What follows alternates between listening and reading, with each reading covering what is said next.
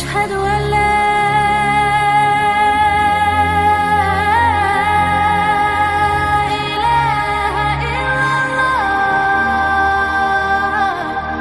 ada satu negeri yang disebut dengan Babylon atau dikenal dengan Madinatul Babil.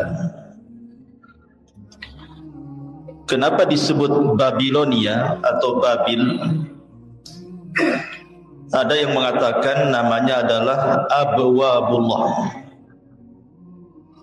dan yang menciptakan kota Babil ini atau yang membentuk kota Babil ini adalah salah satu cicit daripada Nabi Allah Adam alaihi salatu wassalam, namanya Mahlail.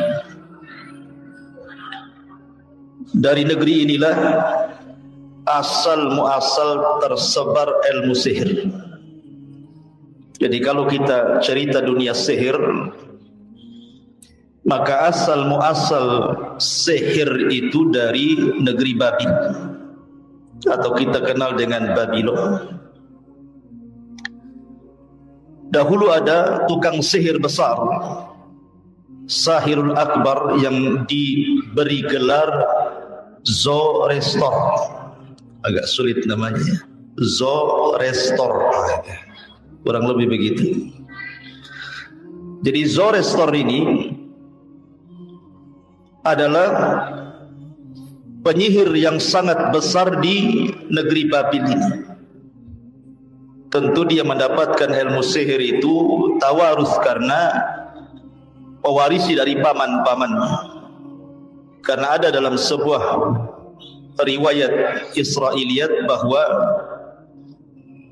dari zaman Nabi Allah Ibrahim alaihi salam itu sudah banyak ilmu sihir itu di Babil. Bahkan ada yang mengatakan bahwa orang yang pertama kali mempelajari sihir itu adalah Namrud.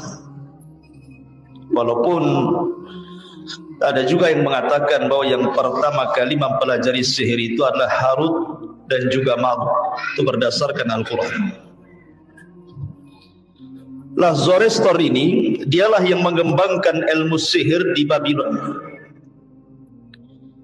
Kemudian setelah dia mengembangkan ilmu sihir di Irak, di Babil ini, dia pun hijrah bersama keluarganya ke Paris, ke Persia. Sekarang dikenal dengan Iran. Disitulah dia kemudian mengembangkan ilmu sihir. Jadi berkembangnya ilmu sihir di Persia itu karena yang membawanya adalah Zoroaster ini dari Babil ke Persia. Dari situ akhirnya banyak orang-orang Persia mempelajari sihir kepada Zoroaster ini, sampai akhirnya dia wafat di Persia. Sehingga dengan wafatnya Zoroaster ini, banyak orang-orang dari mana-mana negeri mempelajari sihir dengan menghabiskan biaya kemana? Ke negeri Babil, karena tahu Zoroaster itu dari Babil. Jadi banyak orang yang datang ke Babil kemudian mempelajari sihir di situ. Lah ketika kemudian kesyirikan di mana-mana, sihir di mana-mana di Babil ini, maka Allah Subhanahu wa taala utus ke negeri tersebut seorang nabi yang kita kenal dengan Nabi Allah Sulaiman alaihi assalam. Dialah yang memberantas ilmu sihir di zamannya. Makanya Allah Subhanahu wa taala gambarkan dalam surah Al-Baqarah ayat 102, wattaba'u ma tatlu syayatinu ala mulki Sulaiman wa ma kafara Sulaimanu walakinna syayatina kafaru yu'allimuna an-nasa as-sihra wa ma unzila alal malakaini bi Babila Harut wa Marut wa ma yu'allimani min ahadin hatta yaqula innama nahnu fitnatun fala takfur fayata'allamuna minhuma ma yufarriquna bihi bainal mar'i wa zawjihi wa ma hum bidarrina bihi min ahadin illa biidznillah wa yata'allamuna ma yadhurruhum wa la yanfa'uhum wa laqad alimu laman ishtarahu ma lahu fil akhirati min khalaq wa la bi'sa ma syaraw bihi anfusahum law kanu ya'lamun. Al-Baqarah 102. Dan mereka mengikuti apa yang dibacakan syaitan-syaitan di masa kerajaan Nabiullah Sulaiman. Dan tidaklah Sulaiman itu kafir, tapi syaitan-syaitan itulah yang kafir. Mereka mengajarkan manusia ilmu sihir dan apa yang diturunkan kepada dua malaikat di negeri Babylon, Harut dan Marut. Dan tidaklah keduanya, maksudnya Harut dan Marut, mengajarkan sihir kecuali berkata, sesungguhnya kami hanya menjadi fitnah, maka jangan kufur. Tetapi mereka mempelajari dari keduanya apa yang bisa memisahkan seseorang dari pasangannya, dan tidaklah mereka memberikan madarat kepada siapapun kecuali karena izin dari Allah Subhanahu wa taala, dan mereka mempelajari apa yang memadaratkan mereka dan tidak memberi manfaat kepada mereka, dan sungguh mereka mengetahui bahwa apa yang mereka lakukan mereka tidak akan dapat bagian di akhirat. Sungguh jelek apa yang mereka lakukan kalau seandainya mereka mengetahuinya. Ayat ini ma'asyiral muslimin yang dimuliakan Allah Azza wa Jalla adalah sebagai tonggak sejarah ilmu sihir berdasarkan nas Al-Quran. Jadi ketika Zoroaster tadi mengembangkan ilmu sihir di Babil dan juga di Persia, sehingga akhirnya banyak orang yang mempelajari sihir, maka Allah Subhanahu wa taala utus Nabi Allah Sulaiman. Lah Nabi Allah Sulaiman inilah yang kemudian memberantas seluruh perdukunan. Seluruh tukang-tukang sihir itu diancam. Kalau mereka tidak tobat, kalau mereka tidak mengembalikan buku-buku sihir mereka, maka mereka akan dibunuh. Akhirnya kemudian Nabi Allah Sulaiman mengutus Asif ibn Barkhiyah yang kemarin saya ceritakan. Asif ibn Barkhiyah ini untuk mengambil seluruh catatan-catatan ilmu-ilmu sihir di zaman Nabi Allah Sulaiman itu, kemudian dikumpulkan dari satu peti. Lah kemudian Nabi Allah Sulaiman alaihi salam setelah berhasil kemudian menaklukkan seluruh tukang sihir, karena bagaimanapun tukang sihir itu referensinya kan jin, sementara jin kan sudah tunduk kepada Sulaiman. Jin-jin itu tunduk ya, semua tunduk kepada Sulaiman, termasuk awan, binatang buas, hud-hud, macam-macam lah. Kisah-kisah mukjizat Sulaiman itu lebih ke mirip sihir, tetapi bukan sihir itu mukjizat. Karena ketika para nabi itu dibekali mukjizat, pasti akan disesuaikan dengan kebiasaan kaumnya. Contoh Nabi Musa alaihi salam, karena kaumnya juga mempelajari sihir, maka mukjizatnya kurang lebih saja mirip sihir tapi bukan sihir. Nabi Isa bin Maryam di zamannya ilmu kedokteran luar biasa, maka Isa pun diberikan mukjizat lebih kepada ilmu kedokteran, menyembuhkan penyakit lepra, menyembuhkan penyakit buta, bahkan bisa menghidupkan orang mati karena izin Allah Subhanahu wa taala, termasuk Rasul. Kenapa mukjizatnya Al-Quran? Karena di zaman itu gandrung dengan bahasa Arab. Orang-orang Arab itu bangga dengan bahasa, sehingga banyak pujangga-pujangga tampil di zaman itu. Ketika datang Al-Quran, rupanya bahasa Quran jauh lebih tinggi dibandingkan bahasa para pujangga di zaman itu. Begitulah mukjizat. Mesti kalau diturunkan kepada Nabi itu akan disesuaikan dengan kaumnya, kecuali Rasul. Kalau Rasul itu mukjizatnya macam-macam. Ada yang berkaitan dengan kesehatan, dengan kedokteran. Ada yang berkaitan dengan bahasa seperti Quran. Ada yang berkaitan dengan masalah. Pokoknya hampir semua mukjizat yang diturunkan kepada para Nabi itu diberikan kepada Rasul. Apa bedanya? Karena para Nabi itu diutus kepada kaumnya saja, sehingga mukjizatnya akan disesuaikan dengan kebiasaan kaumnya. Tapi Nabi SAW diutus kepada seluruh manusia, yang berbagai macam kabilah, berbagai macam suku, berbagai macam negara, yang adat istiadat mereka juga berbeda-beda satu daerah dengan daerah yang lain, sehingga mukjizat Rasul banyak. Makanya kenapa Al-Imam Ibnu Jauzi dan juga para ulama yang lainnya, mukjizat Rasul itu hampir 1000 mukjizat lebih. Nabi yang paling banyak diberikan mukjizat itu Nabi SAW. Karena memang diutus kepada semua manusia gitu ya. Kalau nabi-nabi sebelumnya hanya diutus kepada kaumnya saja, wajar. Kembali kepada kisah. Jadi Asib ibn Barkhiyah ini kemudian mengumpulkan buku-buku sihir. Dan tukang-tukang sihir di zaman Nabi Sulaiman yang tidak bertobat dibunuh. Akhirnya banyak yang bertobat.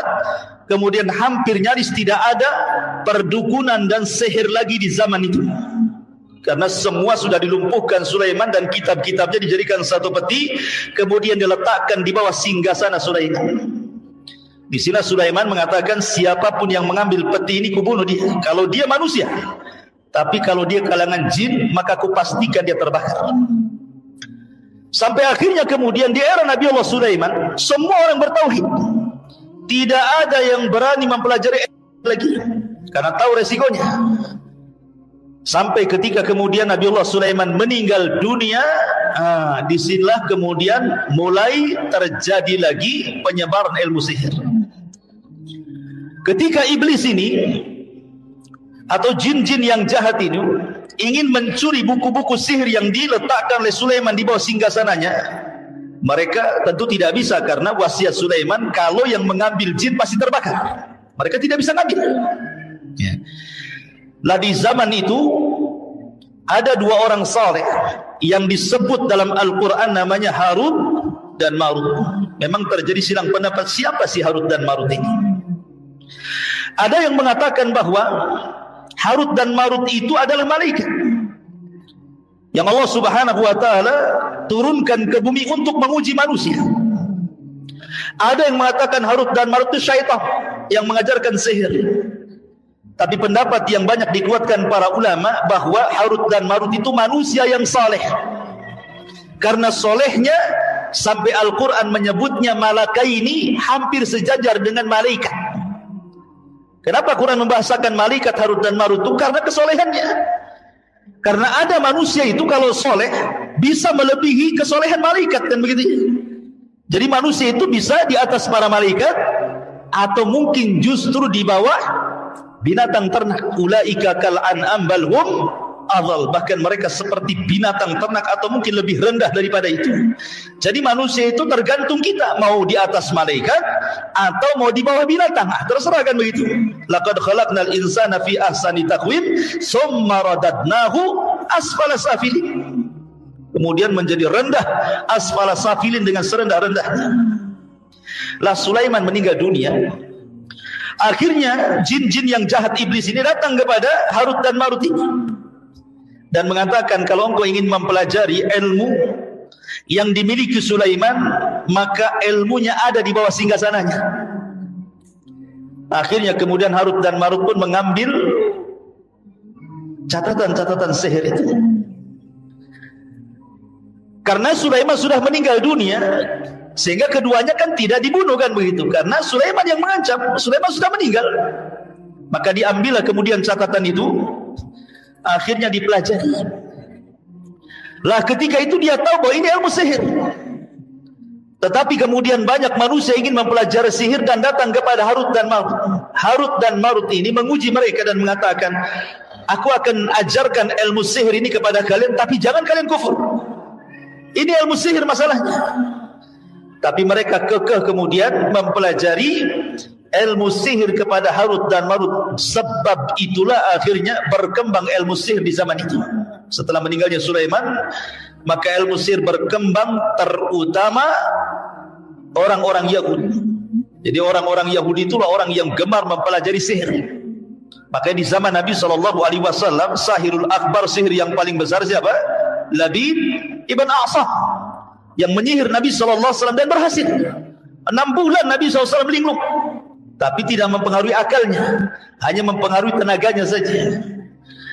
Artinya tidak mempengaruhi wahyu. Karena riwayat tentang tersihirnya Nabi SAW itu sudah jelas ada dalam kitab Sahihaini dan juga tercantum dalam kitab Sunan. Artinya sahih riwayatnya. Karena ada orang yang berusaha melemahkan riwayat Rasul tersihir. Kenapa? Karena menyelisih maksum. Rasul itu terjaga, mungkin tersihir katanya ya. Akhirnya berusaha melemahkan hadis ini. Hadis ini terdapat dalam kitab sahih dan dalam kitab sunan.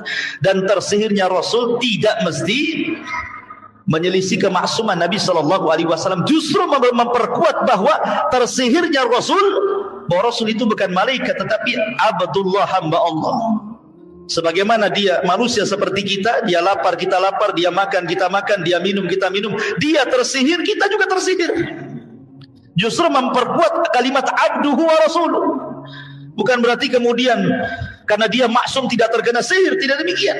Karena hadis tersihirnya Rasul itu jelas-jelas sahih. Disihir oleh Labid bin Asam, dan itu sebab yang menurunkan dua surat yang disebut dengan muawwidzatain, ini dua surat perlindungan, Qul a'udzu birabbin nas dan Qul a'udzu birabbil falaq. Bicara tentang kisah Harut dan Marut, ikhwatu fiddin, sebab turun ayat ini sebagaimana sebab turun ayat yang sebelumnya atau kisah-kisah yang sebelumnya saya ceritakan kepada antum tentang orang-orang Yahudi yang datang kepada Nabi sallallahu alaihi wasallam. Orang-orang musyrik yang datang pada Yahudi untuk mementahkan apa? Ajaran Rasul. Maka mereka bertanya kepada Yahudi tentang kebenaran Rasul kita Muhammad sallallahu alaihi wasallam. Maka mereka mengatakan, katakan kepada orang yang mengaku nabi di daerahmu, kalau dia bisa menjawab dengan pertanyaan-pertanyaan ini, maka dia adalah seorang nabi. Kalau dia tidak bisa menjawab, maka dia nabi palsu. Lah salah satunya orang-orang Yahudi mengatakan kepada orang-orang musyrik, tanyakan kepada nabi palsumu itu tentang hakikat sihir. Orang-orang Yahudi ingin menyamakan ajaran Taurat dengan ajaran Quran. Artinya kalau dia bisa menjelaskan tentang hakikat sihir sesuai dengan apa yang ditulis dalam Taurat, maka dia seorang nabi. Tapi kalau dia tidak mampu menjelaskan hakikat sihir, maka dia bukan nabi. Artinya dia adalah yadda'i saja, mengaku-ngaku saja. Tanyakan tentang hakikat sihir. Maka ketika orang-orang musyrik mempertanyakan tentang hakikat sihir, turunlah ayat ini menjelaskan tentang hakikat sejarah sihir. Ini satu pendapat. Pendapat yang kedua, bahwa ketika Nabi SAW mengatakan bahwa Nabi Sulaiman atau anak daripada Nabi Daud alaihi salatu wassalam adalah seorang nabi, maka orang-orang Yahudi mengingkari bahwa Sulaiman itu seorang nabi. Mereka mengatakan Sulaiman itu sahir, seorang tukang sihir. Kenapa? Kalau dia bukan tukang sihir, kenapa dia bisa menundukkan semua makhluk yang ada di dunia? Berarti dia tukang sihir, bukan nabi. Maka kemudian Allah Subhanahu wa taala menjelaskan bahwa Sulaiman tidak pernah mengajarkan sihir, dan Allah turunkan ayat ini. Ini dua versi tentang sebab turun ayat ini. Taib. Kita akan membacakan di sini, dan mereka mengikuti apa yang dibaca oleh setan-setan pada masa kerajaan Sulaiman. Sulaiman itu tidak kafir, tetapi setan-setan itulah yang kafir.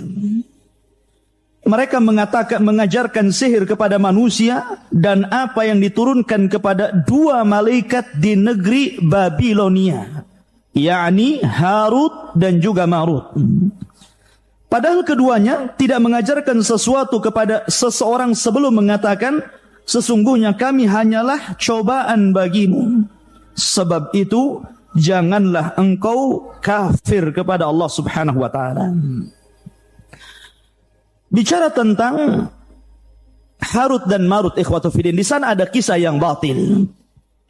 Kalau antum baca atau klik di mbah Google gitu kan, tentang kisah Harut Marut, maka yang sampai kepada antum adalah kisah-kisah Israiliyat. Kisah-kisah yang ada tidak ada sanadnya sama sekali, maudhu. Ya, sayang, kisah ini sudah menyebar di masyarakat tentang kisah Harut dan Marut, sehingga menyesatkan banyak manusia tentang siapa Harut dan Marut. Kisah ini berawal, ikhwatu fiddin yang dimuliakan Allah Azza wa Jalla. Ketika para malaikat melihat manusia, malaikat merasa aneh gitu kan. Kenapa manusia ini selalu bermaksiat kepada Allah Azza wa Jalla? Sebagian mereka menyekutukan Allah Azza wa Jalla, sebagian mereka melakukan bid'ah, sebagian mereka melakukan maksiat, berzina, minum khamar, dan segala macam maksiat yang ditampakkan kepada Allah Azza wa Jalla. Maka kemudian Allah Subhanahu wa taala kata Allah Subhanahu wa taala, karena manusia memiliki nafsu. Sebab kalau seandainya manusia tidak memiliki nafsu, mereka tidak akan maksiat. Maka malaikat menyanggah, kalau seandainya kami pun diberikan nafsu seperti mereka, kami tidak akan seperti mereka. Akhirnya kemudian Allah Subhanahu wa taala menantang di antara seluruh malaikat, carikan kepadaku di antara sekian banyak malaikat 2 malaikat yang paling soleh di antara kalian. Akhirnya terpilihlah malaikat Harut dan Marut.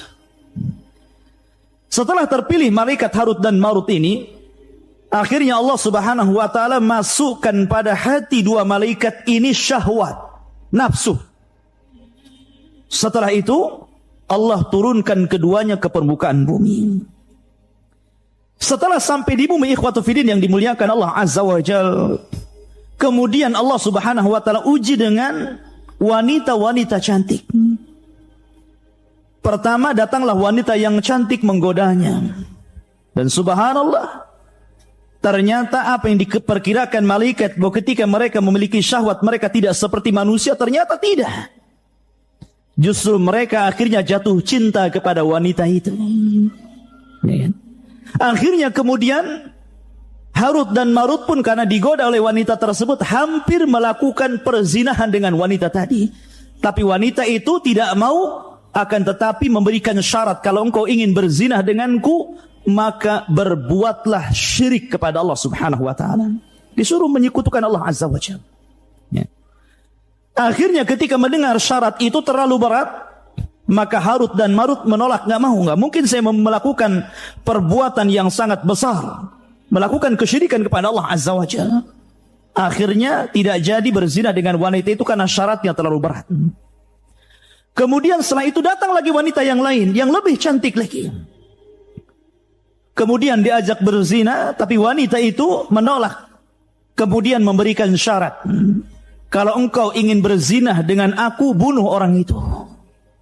Kalau tadi syaratnya menyekutukan Allah, sekarang syaratnya suruh membunuh. Mendengar syaratnya berat lagi, nggak mungkin saya membunuh. Ya, akhirnya ditolak lagi. Sampailah datang wanita yang ketiga, yang tidak kalah cantiknya. Wanita ini diajak berzina tapi meminta syarat. Dengan mengatakan, syaratku tidak sebagaimana syarat yang lainnya. Kalau kau ingin berzinah kepadaku, tashrabul khamar, kamu harus meminum khamar. Difikirnya Harut dan Marut, daripada saya menyekutukan Allah, daripada saya membunuh, minum khamar ringan. Akhirnya dia senang, diminumlah khamar tadi. Akhirnya minuman keras ini bermain-main dalam otaknya. Karena dia mabuk, ikhwatu fillah, dia tidak sadar. Akhirnya dalam kondisi mabuk dia menyekutukan Allah, dia membunuh, dan dia juga berzinah. Na'udzubillah. Tiga-tiganya sekali dilakukan karena mabuk. Awalnya dia tolak kesyirikan, dia tolak membunuh. Sekarang dia melakukan kesyirikan, dia membunuh, dan dia berzina. Makanya Nabi SAW mengatakan apa? Al-khamru ummul khaba'is. Bahwa khamar itu gudangnya keburukan. Semua keburukan pangkalnya di khamar. Karena kalau orang sudah mabuk itu tidak sadar, ikhwan. Makanya dahulu ada orang mabuk, kemudian mendengar suara azan, ya kan? Dia ingin berwudu. Akhirnya dia kencing, disangka itu keran air. Akhirnya dia mengambil kencingnya untuk berwudu, bayangkan. Ya. Kerannya disangka keran air. Dia berwudu sampai selesai dengan air kencingnya. Selesai dia kencing dan berwudu dengan air kencingnya karena dia mabuk. Gimana pula orang mabuk? Dia pun berdoa kepada Allah Azza wa Jalla, Allahumma ij'alni minat tawwabin waj'alni minal mutatahhirin. Doanya bagus. Ya Allah, jadikan aku termasuk hamba yang bertobat dan jadikan aku hamba yang bersuci. Bayangkan orang mabuk. Ya kan? Ma'asyiral muslimin rahimani wa rahimakumullah. Akhirnya kemudian setelah malaikat ini sadar, menyesal. Menyesal dengan penyesalan yang luar biasa. Akhirnya dia bertobat kepada Allah Azza wa Jal, dan dia meminta kepada Allah Azza wa Jal agar mereka diizinkan untuk naik lagi ke atas langit. Tapi Allah Subhanahu wa Ta'ala memberikan dua pilihan. Taib, saya akan angkat engkau ke langit, tapi engkau akan kami masukkan ke dalam neraka dan akan diazab selama-lamanya. Atau engkau tetap di dunia, tapi kami berikan azab di dunia dalam tempo waktu yang sangat terbatas. Maka kedua malaikat Harut dan Marut pun akhirnya memilih tinggal di dunia karena azabnya terbatas. Karena kalau sudah dikiamatkan selesai. Tapi kalau sudah masuk jahannam khalidina fiha, dikekalkan di dalamnya. Akhirnya kemudian setelah malaikat Harut dan Marut tinggal di bumi, wanita yang dizinahinya ini datang kepada Harut dan Marut agar Harut dan Marut mengajarkan kepada dia beberapa kalimat supaya dia bisa naik ke atas langit. Maka kemudian diajarkan oleh Harut dan Marut beberapa kalimat. Akhirnya setelah diajarkan mantra-mantra dan kalimat-kalimat tersebut, betul wanita itu bisa terbang ke langit. Sampai akhirnya wanita itu terbang ke langit. Akhirnya sampai di langit, dia pun dirubah bentuknya oleh Allah Azza wa Jal menjadi bintang. Itulah sejarahnya bintang. Jadi bintang wanita itu. Ya kan? Tapi sekali lagi kisah ini batil. Kisah ini maudhu, palsu. Tidak ada sanadnya, inqita'. Jadi antum kalau baca Google tentang Harut dan Marut, jangan pernah mempercayai kisah ini ya. Ya, malaikat mungkin diuji oleh Allah Azza wa Jalla, tapi tidak sampai berzina, membunuh, melakukan kesyirikan. Wa yaf'aluna ma yu'marun. Malaikat itu akan mengerjakan apapun yang diperintahkan Allah. Tidak mungkin sampai seperti ini. Mustahil. Ya kan? Malaikat itu ibadun mukramun. Ya. Tapi biqatufidin yang dimuliakan Allah Azza wa Jalla. Lalu sebenarnya siapa Harut dan Marut itu? Dan bagaimana kisahnya? Ma'asyiral muslimin rahimani wa rahimakumullah. Kisah Harut dan Marut ini dimulai dari kisah Nabiullah Sulaiman alaihi salatu wassalam. Jadi sebelum Nabi Sulaiman alaihi salatu wassalam diutus menjadi nabi dan rasul, syayatin al-jin ini mereka senantiasa naik ke langit. Kita tahu bahwa Allah Subhanahu wa taala ketika mewahyukan wahyunya, maka yang pertama kali mendengar wahyunya adalah Jibril alaihi salatu wassalam. Jadi ketika Allah Subhanahu wa taala hendak menurunkan wahyu, maka suara wahyunya itu seperti rantai yang bersuara gemerincing yang seolah-olah dipukulkan di batu. Dan itu membuat seluruh malaikat langit pingsan. Maka yang pertama bangunlah Jibril alaihi salatu wassalam. Maka Allah Subhanahu wa taala mewahyukan kepada Jibril wahyu yang akan terjadi di permukaan bumi. Ini menunjukkan bahwa Jibril lah yang berhak mendapatkan wahyu. Sebab kalau seluruh malaikat mendengarnya, maka apa keistimewaan Jibril daripada seluruh malaikat? Tidak ada istimewanya. Maka hanya Jibril yang mendengar. Setelah Allah Subhanahu wa taala kemudian mewahyukan kepada Jibril dan selesai mewahyukan kepada Jibril, barulah kemudian seluruh malaikat terbangun dari pingsannya. Dan mereka bertanya kepada Jibril, "Madza qala rabbukum ya Jibril?" Apa yang difirmankan kepadamu wahai Jibril dari Rabbmu? Maka Jibril pun menceritakan apa yang diperintahkan Allah kepada dirinya. Maka semuanya mengatakan qalul haq, qalul haq, qalul haq. Artinya yang diwahyukan adalah semuanya kebenaran. Lah ketika Jibril ini mewahyukan kepada malaikat-malaikat yang lain, memberikan wahyu Allah kepada malaikat-malaikat yang lain, syaitan, jin, itu mereka naik ke langit. Ya, mereka itu naik ke langit. Sampai di maqaidas sam', ada tempat-tempat pos-pos mereka. Ya, ada pos-pos mereka, tempat mereka mencuri dengar apa yang dibicarakan Jibril dengan seluruh malaikat yang akan terjadi di permukaan bumi. Ya. Dan ketika itu langit belum dijaga oleh bintang, artinya bintang belum difungsikan untuk melempar syaitan. Sehingga mereka leluasa mendengar wahyu. Ya. Setiap mereka mendengarkan wahyu satu kalimat, maka mereka akan memberikan informasi kepada jin yang di bawahnya, jin yang di bawahnya, jin yang di bawahnya. Terkadang mungkin bisa 100 jin, 1000 jin, ya. Tapi yang benar ini jin pertama saja. Jadi jin yang mendengar ini saja yang benar. Ketika disampaikan ke yang kedua, yang ketiga ini sudah ditambahi kedustaan. Kemudian yang kedua, yang ketiga ditambah lagi dusta, ditambah lagi dusta, ditambah lagi dusta. Maka 99% kedustaan, 1% saja yang benar. Jadi kalau seandainya jin itu naik sampai 1000 jin, ya, bertingkat-tingkat sampai ke atas, berarti satu yang benar, 999 itu dusta. Atau kalau mungkin 100, berarti satu yang benar, 99 dusta. Itu yang sampai ke jin yang paling bawah. Makanya kenapa para dukun itu sebenarnya kadzabun, para pendusta. Karena lebih banyak dustanya daripada benarnya.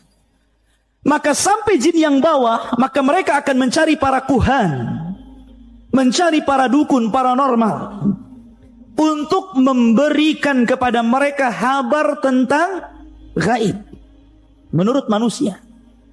Kemudian mereka akan barter informasi, di mana jin akan memberikan informasi kepada dukun, dan dukun akan memberikan kekufurannya kepada jin, penyembahannya kepada jin.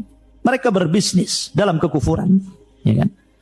Akhirnya ketika Nabiullah Sulaiman alaihi salatu wassalam, Allah angkat menjadi nabi dan rasul. Ingat ikhwan, dari seluruh keturunan Yakub atau Bani Israel, Yakub itu Israel, maka seluruh keturunannya adalah Bani Israel.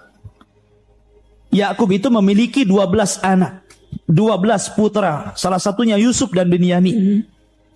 Lah dari 12 putra Yakub inilah kemudian lahir keturunan-keturunan Yakub yang disebut dengan Bani Israel. Lah Bani Israel ini terbagi menjadi dua. Ada yang Allah karuniakan dari keturunannya para nabi dan rasul, dan ada yang Allah karuniakan dari keturunannya menjadi para penguasa dan raja. Ya.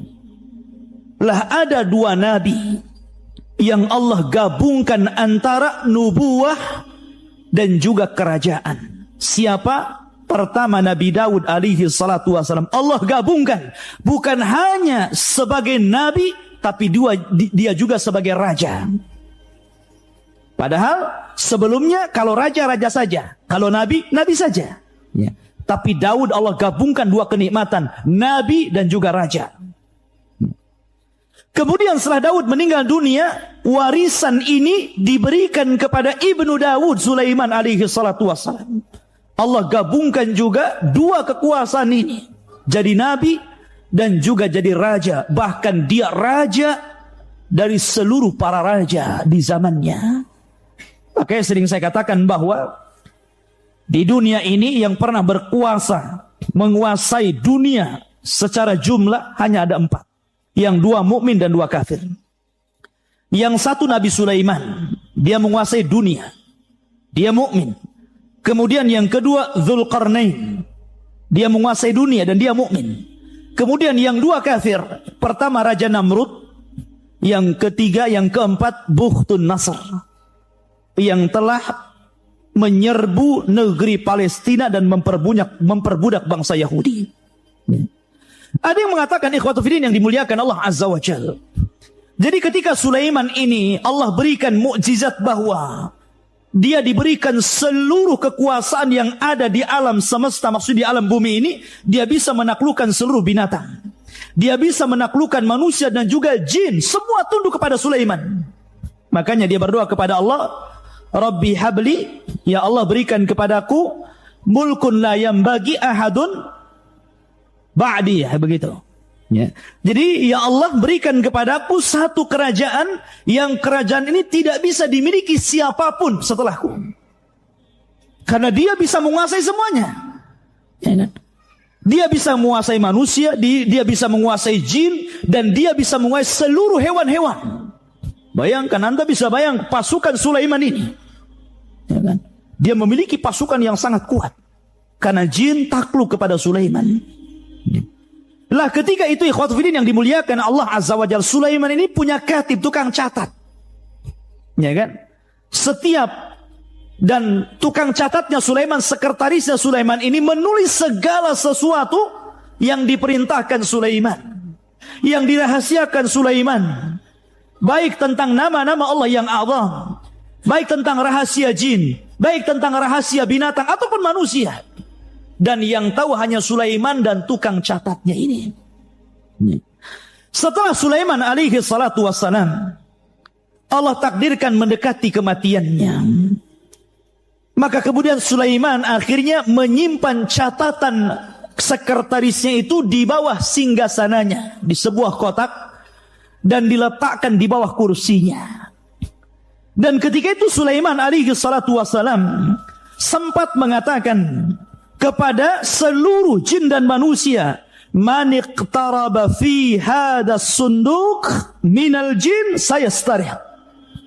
Barang siapa yang mendekati kotak yang berisi tulisan-tulisan yang berharga ini, kalau dia dari kalangan jin, maka dia terbakar. Ya kan? Akan tetapi man iqtaraba minal insi bi kalimatin yaz'am fiha anna ahadan ghairallah, ya, ya'riful ghaiba fasa'aqtuluhu. Tapi barang siapa yang kemudian didekati oleh manusia, kemudian setelah dia membaca di antara kalimat-kalimat yang tercatat itu, kemudian dia mengaku mengetahui yang gaib, maka saya akan bunuh dia. Akhirnya tidak ada yang mendekati dari kalangan jin ataupun manusia akan kotak itu. Maka ketika Sulaiman meninggal dunia dan tidak ada yang tahu meninggalnya, bagaimana tidak, ikhwatu fiddin? Tidak ada yang tahu, bahkan jin tidak tahu Sulaiman mati. Sulaiman hanya duduk di singgasananya, kemudian rayap memakan singgasananya, kemudian setelah rapuh roboh, barulah mereka tahu Sulaiman meninggal. Artinya di sini bahwa kalau memang jin adalah rujukan para dukun, paranormal, dan mereka mengaku sesuatu yang gaib, padahal tidak ada yang mengetahui kecuali Allah Azza wa Jalla, jin saja tidak tahu yang gaib padahal rujukannya. Jin tidak tahu kematian Sulaiman. Sulaiman sudah mati, jin tidak tahu. Macam mana kemudian para dukun mengetahui hal-hal yang gaib sementara rujukannya tidak tahu yang gaib? Ma'asyiral muslimin rahimani wa rahim. Maka setelah Sulaiman meninggal dunia, kemudian generasi yang mentauhidkan Allah Azza wa Jalla sudah mulai punah. Datanglah generasi berikutnya yang mereka sudah terpengaruh akidahnya. Akhirnya kemudian syaitan datang kepada kaum Babil, kaumnya Sulaiman alaihi salatu wasallam, menjelma menjadi seorang manusia yang sangat saleh. Ketika itu di Babil ini ada seseorang yang bernama Harut dan Marut. Karena solehnya sehingga seolah-olah dia malaikat. Makanya Allah Subhanahu wa taala mengatakan, wa ma unzila 'alal malakaini bi Babil Harut wa Marut. Dan apa yang diturunkan kepada dua malaikat di Babil, yakni Harut dan Marut. Artinya Harut dan Marut itu bukan malaikat, tapi seolah-olah malaikat karena dia saleh. Ada juga ahli tafsir mengatakan bahwa dia adalah syaitan. Harut dan Marut ini syaitan, ya, berpura-pura menjadi malaikat, sehingga dikatakan dua malaikat. Walaupun pendapat yang rajih, yang masyhur, yang mendekati kepada kebenaran, wallahu alam, bahwa Harut dan Marut adalah minal bashar. Dia adalah manusia sama dengan kita. Karena kesolehannya orang menganggap apa? Dia malaikat. Akhirnya kemudian syaitan ini mendatangi Harut dan Marut. Kemudian syaitan mengatakan kepada Harut dan Marut, ya, kata syaitan kepada Harut dan Marut, mengatakan, aturiduna, maukah kalian an adullakum ala mulkin la yanfad?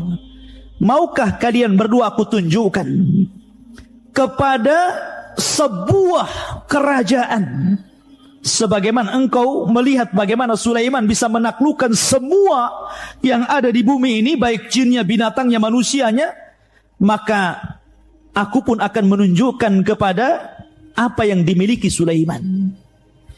Maka akhirnya Harut dan Marut ini diuji oleh Allah Azza wa Jalla. Akhirnya nurut kepada syaitan ini. Kemudian kata syaitan ini, bongkarlah di bawah kursi ini ada sunduk, ada kotak. Di situ ada buku yang mempelajari tentang ilmu-ilmu yang dipelajari Sulaiman.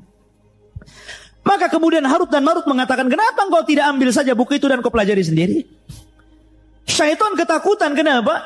Karena janji Sulaiman mengatakan barang siapa yang mendekati sunduk ini dan dia adalah jin dan syaitan, maka terbakar dia. Gak berani. Ya kan? Gak berani dia.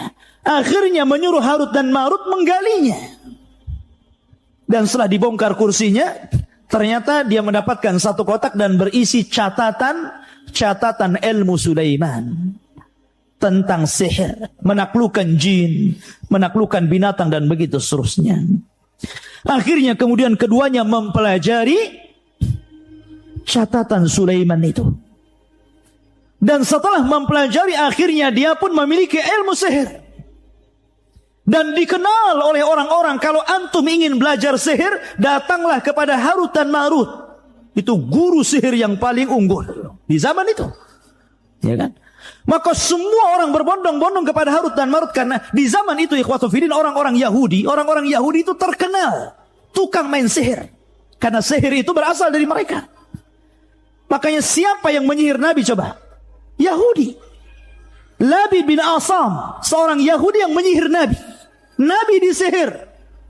Diambil sisirnya Nabi, mishtadan, dan rambutnya Nabi serta sisir yang biasa bersisir Nabi diambil oleh Labid bin Asam, kemudian dijadikan buhul untuk menyihir Nabi.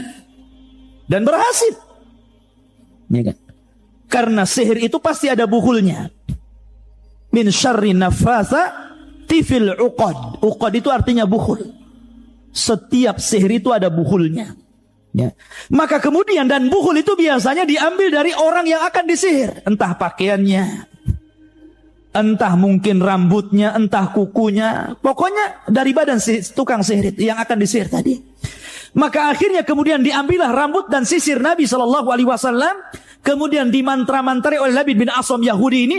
Kemudian diletakkan dalam sumur. Bayangkan, buhulnya diletakkan dalam sumur. Akhirnya Nabi terkena sihir. Sehingga dia terhayalkan dia sudah menggauli istrinya, padahal tidak. Seolah-olah dia telah menggauli istrinya, padahal nggak menggaulinya. Tapi ikhwatu fiddin, akidah ahli sunnah bahwa karena ada orang yang berusaha melemahkan hadis ini. Hadis ini berusaha dilemahkan, ya kan? Oleh sebagian orang-orang yang tidak suka dengan sunnah. Mereka mengatakan tidak mungkin Rasul kena sihir. Bukankah Rasul maksum? Bukankah Rasul terjaga? Ikhwan, tidak ada kaitan Rasul kena sihir dengan kemaksuman Rasul. Tidak ada kaitannya. Justru sebenarnya ini menguatkan bahwa Nabi kita Muhammad SAW itu abduhu wa rasuluhu. Dia adalah hamba. Makan seperti kita, minum seperti kita, tidur seperti kita, dan terkena sihir seperti kita terkena sihir. Ya. Tidak ada kaitan antara maksum dengan sihir. Karena Allah Subhanahu wa taala berfirman, "Ya ayyuhar rusul, balligh ma unzila ilaika, fa illam taf'al fama ballaghta risalatah, wallahu ya'simuka minan nar." Wallahu ya'simuka minan nar. Allah yang memberikan kemaksuman kamu di hadapan manusia. Tidak ada kaitan antara maksum dengan kena sihir. Ya. Dan ini justru memperkuat bahwa Rasul kita manusia, bukan malaikat yang tidak bisa terkena sihir. Ya. Ma'asyiral muslimin rahimani wa rahimakumullah. Maka Jibril kemudian turun kepada Rasul sallallahu alaihi wasallam atau malaikat yang lainnya, kemudian meruqyah Rasul sallallahu alaihi wasallam. Akhirnya turunlah surat yang dikenal dengan muawwidzatain, qul a'udzu birabbin nas dan qul a'udzu birabbil falaq. Dengan kedua ayat ini malaikat meruqyah Rasul. Akhirnya ketahuan buhulnya di sumur tadi. Siapa yang menyihir Rasul? Yahudi. Ya. Makanya kenapa haddus sahir qatal? Kata Nabi SAW, balasan dalam Islam bagi para pelaku sihir dipenggal, dharbatu bisayf, dipenggal lehernya. Makanya Umar pernah memenggal tukang sihir, Hafsah pernah memenggal tukang sihir. Apakah perlu dimintai tobat? Kata para ulama, ada yang mengatakan perlu dimintai tobat selama 3 hari. Kalau dia bertobat maka diampuni, kalau tidak maka dipenggal. Tapi pendapat yang rajah, yang kuat, tidak perlu dimintai tobat, langsung dipenggal lehernya. Itu pendapat yang kuat. Karena kerusakan sihir ini melebihi kerusakan yang lainnya. Bukan hanya kekufuran, kesyirikan, tapi kerusakan di mana-mana. Bisa membunuh, bisa menyakiti, bisa menceraikan suami istri dan begitu seterusnya. Kerusakannya luar biasa. Maka tidak perlu dimintai tobat. La yustatab, kata para ulama. Tidak perlu dimintai tobat. Langsung dorbatun bisayf, penggal lehernya. Tapi waktu kembali bahwa setelah kemudian orang-orang Yahudi, karena ketika itu ada dalam riwayat wallahu a'lam riwayat ini. Tapi yang jelas saya pernah terbaca dalam tafsir bahwa dahulu ketika orang-orang Palestina ini dibantai oleh Bukhtun Nasr, yang saya sebutkan tadi, raja yang zalim yang menguasai dunia, maka orang-orang Yahudi Palestina ini, Bani Israel ini, akhirnya mereka menjadi budak. Sehingga mereka berusaha untuk keluar dari perbudakan Bukhtun Nasr. Akhirnya kemudian mereka mempelajari sihir supaya keluar dari jeratan Bukhtun Nasr. Akhirnya tersebarlah kesyirikan di mana-mana, ilmu sihir di mana-mana. Lah kebetulan di situ itu ada Harut dan Marut yang sihirnya luar biasa, menguasai ilmu Sulaiman. Makanya kemudian orang mengatakan bahwa datanglah kepada Harut dan Marut, belajarlah kepada dia. Tetapi Harut dan Marut, ikhwatu fillah, adalah ujian Allah Subhanahu wa taala. Harut dan Marut mengatakan kepada setiap orang yang akan belajar sihir kepadanya, wa ma yu'allimani min ahadin hatta yaqula innama nahnu fitnatun fala takfur. Maka Harut dan Marut tidaklah mengajarkan sihir kepada siapapun dari kalangan Bani Israel, kecuali keduanya pasti mengatakan, sebelum kamu belajar sihir kepada aku, saya ingatkan, sihir ini fitnah. Nanti setelah aku ajarkan sihir, jangan pernah kufur kepada Allah. Baik, bagus kan kalimatnya. Sebagian mereka ada yang kembali tidak mempelajari sihir, tapi sebagian juga ada yang kemudian berusaha mempelajari sihir. Tapi apa kenyataannya? Kenyataannya apa yang dikatakan Harut dan Marut tidak sebagaimana yang diiyahkan mereka. Justru kenyataannya setelah mereka mempelajari sihir dari Harut dan Marut, justru kondisinya makin rusak. Perdukunan di mana-mana, sihir di mana-mana. Sampai hari ini. Sampai hari ini sihir itu di mana-mana. Ya. Ikhwatu fillah yang dimuliakan Allah Azza wa Jalla. Barulah ikhwatu fillah zaman terus berjalan, maka Allah Subhanahu wa taala setelah mengutus Nabi kita Muhammad sallallahu alaihi wasallam, barulah Allah memfungsikan bintang di situ. Bayangkan zaman Nabi Sulaiman sampai ke zaman Rasul itu ribuan tahun, ikhwan. Bukan puluhan tahun, bukan ratusan tahun, ribuan tahun. Baru Allah Subhanahu wa taala yahrusus sama, menjaga langit dari syaitanir rajim. Dengan cara apa?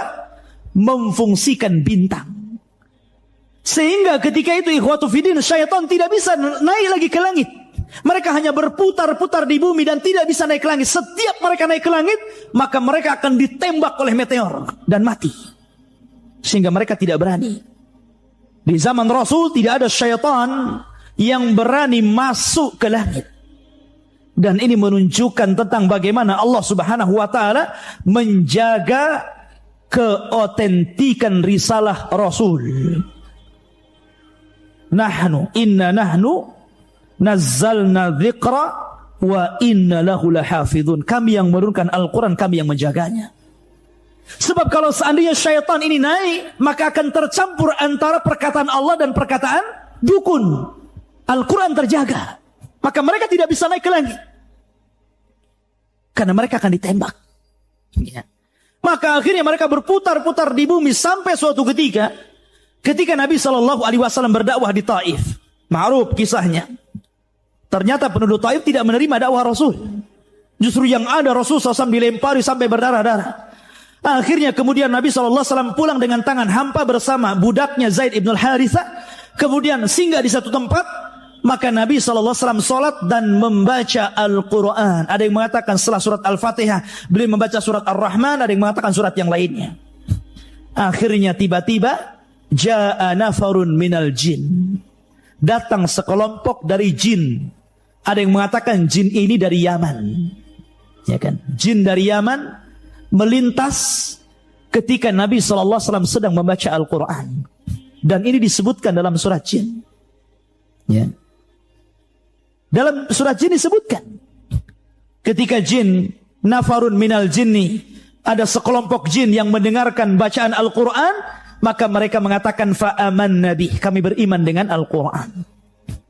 Dan kata para ulama tafsir bahwa jin yang pertama beriman kepada Rasul adalah jinnya orang-orang Yaman. Subhanallah, ikhwan. Yaman ini memang luar biasa. Termasuk juga jullus sahabah, sahabat-sahabat yang mulia yang membantu Nabi SAW, semuanya dari Yaman, kecuali orang-orang muhajirin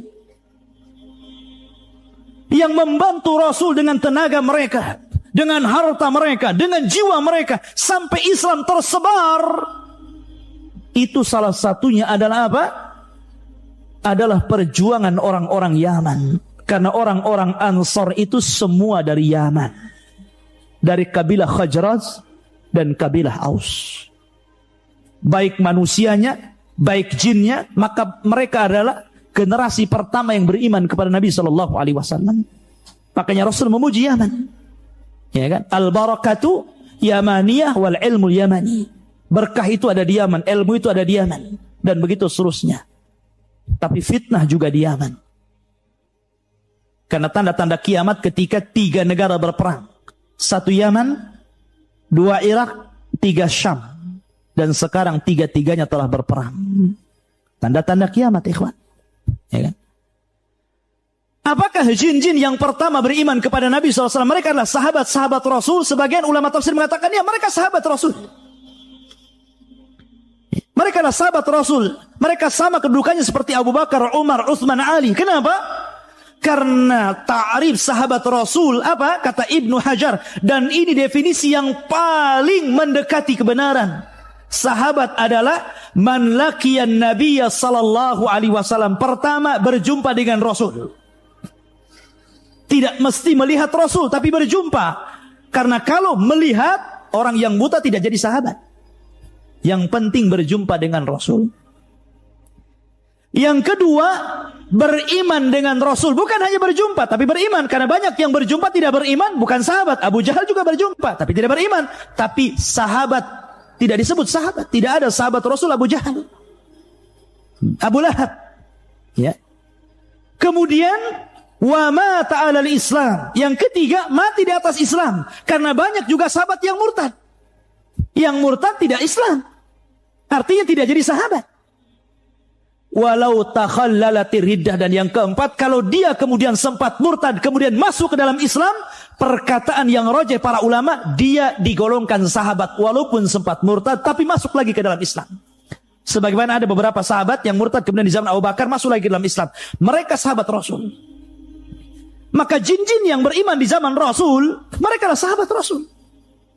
Mereka berjumpa dengan Rasul, mereka beriman dengan Rasul, mereka mati di atas agama Rasul, maka mereka sahabat Rasul dari kalangan jin tentunya.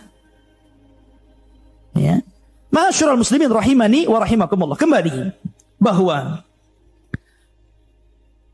setelah itu maka jin banyak yang beriman kepada Allah Azza wa Jalla ketika mendengar suara Al-Quran, maka mereka kemudian kembali kepada kaumnya dan mendakwahkan Islam. Dari sini kita tahu bahwa Rasulnya kalangan jin adalah manusia. Tidak ada nabi dan Rasul dari kalangan jin. Jin itu mengikut syariat manusia. Rasul mereka sama dengan Rasul kita, Nabi mereka sama dengan Nabi kita Muhammad sallallahu alaihi wasallam. Ma'asyiral muslimin, kemudian Allah Subhanahu wa taala mengatakan, "Fayata'allamuna minhuma ma yufarriquna bihi bainal mar'i wa zawjihi." Maka kemudian orang-orang Bani Israel, orang-orang Yahudi itu mempelajari dari keduanya Harut dan Marut apa yang bisa memisahkan antara suami dan istri.